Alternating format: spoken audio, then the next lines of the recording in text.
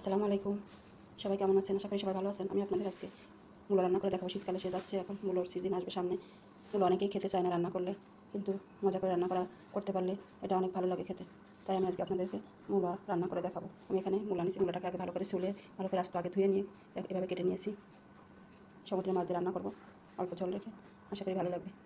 প্রথমে আমি কড়াইতে তেল দিয়ে দিলাম। এর ভিতরে আমি ঝাল, পেঁয়াজ, রসুন, লবণ, হলুদ বাটা দিয়ে দিলাম। কাঁচা ঝাল পেঁয়াজ একটু বেটে নিয়েছি, আর কিছু কুচিয়ে দিয়েছি, কয়েক ফালি কাঁচা ঝাল দিয়েছি। মাছটাকে ভালো করে মেখে আমি একটা পাত্রে উঠায় রাখবো।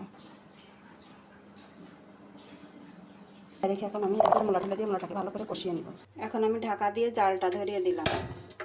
ভালো করে আস্তে ধীরে জাল দিয়ে ভালো করে কষিয়ে নিব।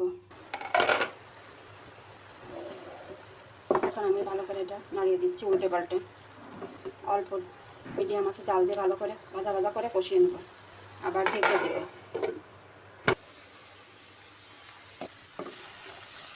যে পানি শুকায় গেছে, কষানো হয়ে গেছে, এখন আমরা একটু ঝোলের পানি দেবো।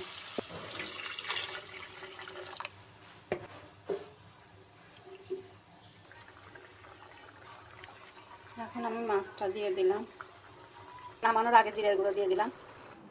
নামানোর পরে পরিবেশনের আগে আমি একটু ভাজি জিরার গুঁড়া দিব।